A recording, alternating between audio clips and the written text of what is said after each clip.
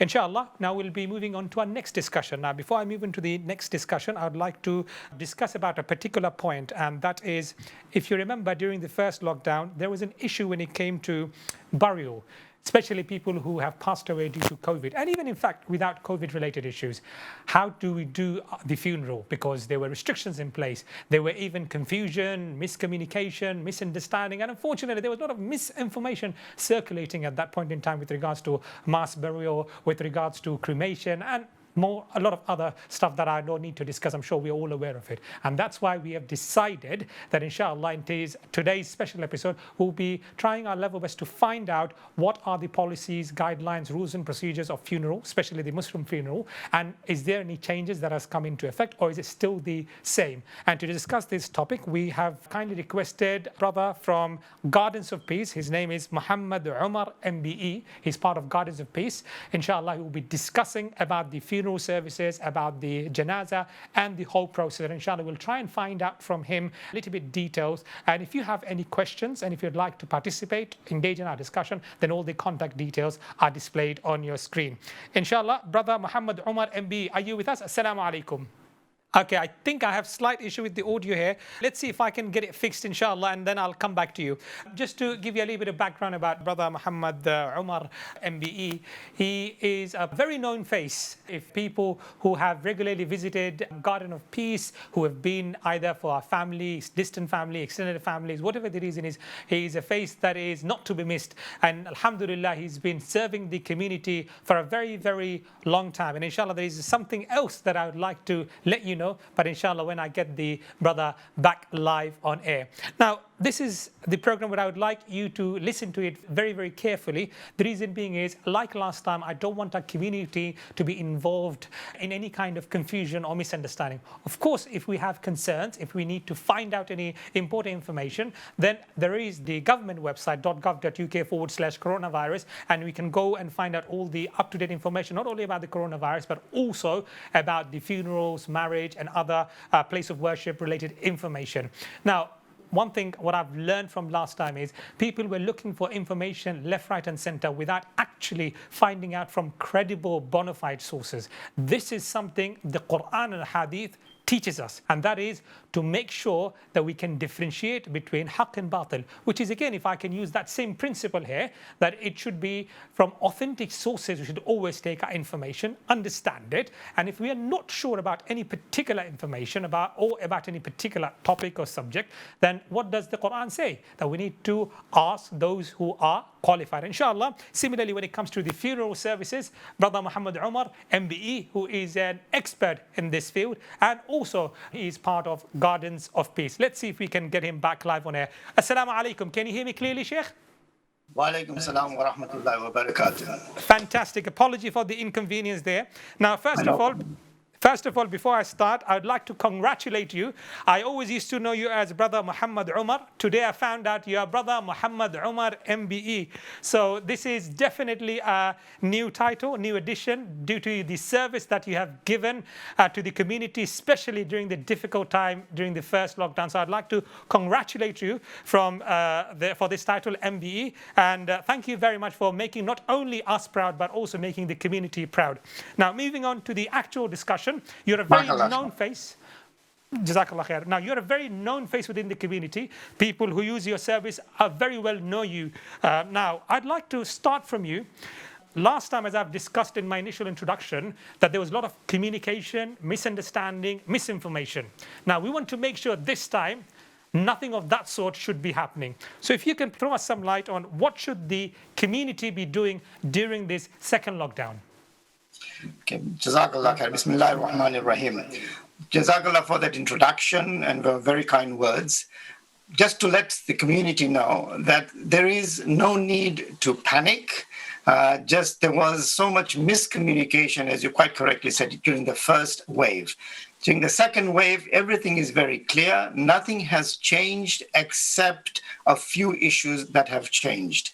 Because the places of worship have now closed, you cannot really pray Salatul Janaza straight after any Farz Salah. It can only be a restriction of 30 numbers.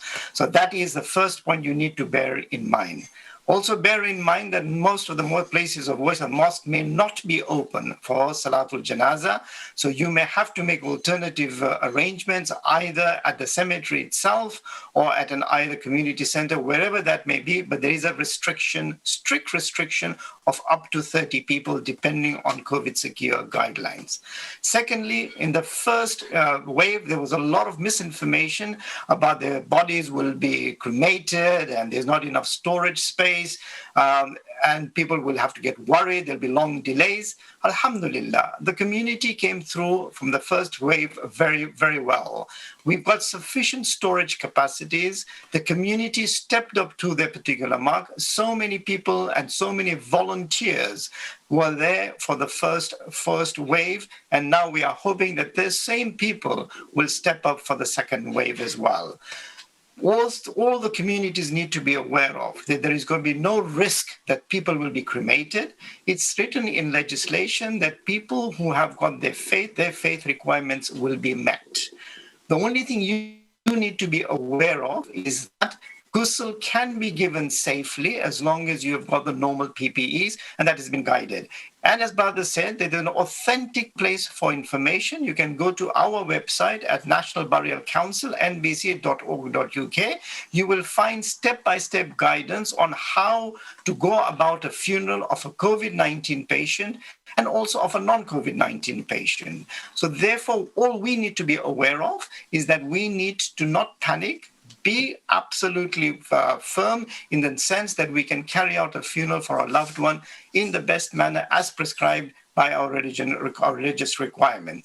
There is restrictions, definitely. So that is the issue you will face. The restrictions you will face is that if you have got symptoms of COVID, or you've got potential symptoms, or you are COVID infected, it is highly recommended that you should not attend either the ghusl or be participating in Salatul Janaza or be at the graveside. This is for the safety not only of the other mourners and the staff, but also for the safety of your family members. You are safely allowed to give ghusl, even family members, but it has to be in a secure environment, and it has to ensure that you conform to the guidance which has been laid down by Public Health England. So that is something which you need to be aware of. Please also bear in mind that each and every cemetery has got different requirements and different limits. So therefore, at Gardens of Peace, we have a limit of 20 people.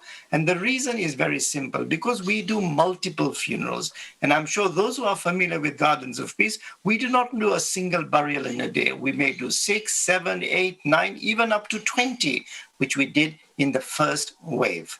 At this moment in time, there is no risk, inshallah, that there will be a necessity of mass burials. That's Allah Tawakkal, inshallah, will protect us from that. But we have got capacity, and I'm sure all the other cemeteries have actually stepped up to the mark. Yes, there will be some challenges, because when the first wave was there, we were in a summer period, so we could have a longer time for burial. Now we've entered the winter period, the days are short, so therefore, and the weather is not all that good for us, but inshallah, we will still manage to ensure that we will try and bury our loved ones as quickly as possible. The paperwork which is required for COVID-19 and any other death, Alhamdulillah, since the first wave has simplified greatly, there is no need for you to go to the registrar's office. Everything will be done via email. So if you got a medical cause of death from the hospital or from your GP, it goes directly to the registrar, and the registrar will forward the burial certificate to whoever the funeral director is or where the cemetery is. The authorities have been extremely good in trying to facilitate that the Muslim community or any other community which requires a quick burial, they will ensure that they get the necessary assistance which they require. And that has been very good. At the same time, please be very aware that whoever has got COVID-19 and in hospital or have been admitted to hospital, there will be major challenges in for you to visit whoever has been admitted into hospital. This is something which is going to be very difficult for families to accept. But unfortunately, this is the regulations which NHS England and PHE have guided to say that patients cannot be visited by family members if they are suspected to have COVID symptoms. So that is going to be a big challenge. It also is going to be a big challenge in trying for families to see which family members can attend. And that will also be something the families need to be aware of. But more importantly, the community needs to stand up just as they did in the first wave and be prepared to help the entire society in terms of coming together, and wherever there is a ghusl required and there are youngsters, they need to be stepping up and participate in that particular aspect of it. I've got a lot of supplementary questions that I wanted to ask, but alhamdulillah, you've covered in the first question quite a lot, so I won't repeat myself there. Now, second question I'd like to ask you, obviously at the time of death or anyone from the family who has passed away, of course it is an emotional time, it is a very difficult time for the family, even for the extended family that is going through. Now, I know you have talked about not to panic. If you had to advise briefly to the people who are attending and people who are directly impacted by the death of their close relative, what nasiha advice do you have for them based on your experience? Based on my experience, you should stay level-headed. Each and every one of us have to go back to our maker, to Allah subhanahu wa ta'ala. You have got so much assistance. If you are panicking, it's not going to help the particular case. All you need to do is, even if you have got any type of questions to ask, or you are panicking, please call us at Gardens of Peace. We will try and assist you and give you as much assistance as possible. Also, at the same time, remember, at a time when somebody passes away, we are very highly emotional, and at times we are not rational. So therefore, it is always better that if you are feeling that you're not in control, ask somebody within your families who are going to be able to be calm and collected to ensure that the necessary paperwork has been carried out. What is very important, and part of the delays has always been, is the duty doctor not being able to sign off the medical cause of death timely, or the GP not being able to issue the medical cause death in an appropriate and a timely manner. Remember, it is a very difficult time.